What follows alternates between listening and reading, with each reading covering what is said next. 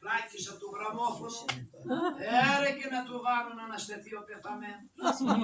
Μη γελάτε. Έχεις γραμμόφωνο, έχουμε πλάκες να σας φέρουμε. Έχεις. Ναι. Και γραμμόφωνο και πλάκες. Να έρθεις. Για είσαι καφέ. Βεβαίως. Να κανότα. Λάρισα. Και πίτα. Λάρισα. Έχεις πλάκες. Έχουμε πολλές, ναι. Α, αν θα έρθουν να τις πάρω. Να έρθεις, ήθελα να τις πετάξω. Λέω, τι να τις κάνω. Τις πετάμε πώς.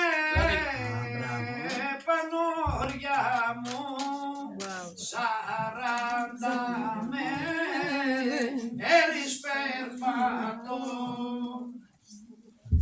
40 μέρες περπατώ, να βρω παπά, αχ πνευματικό, αχ για πάνω στις πανόρια μου, για πάνω στις 42,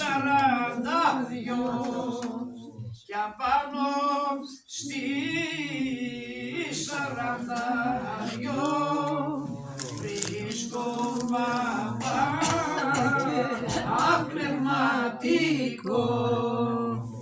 Αχ, παπά μου, ξεμολογάμε τα κρίματα, αν συγχωράμε. Αχ, τα κρίματα μείνει πολλά, δε συγχωριώ μια φορά.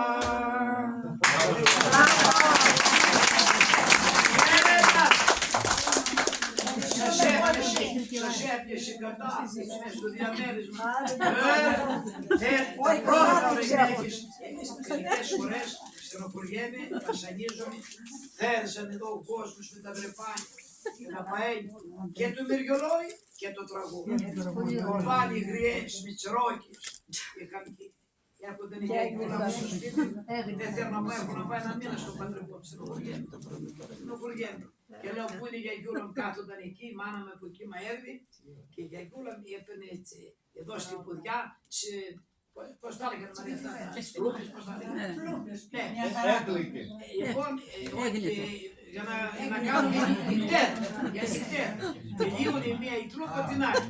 Όποιος αναπηγαίνει στα οργανετολίνα. Και έφυγαν στον αργαλιό.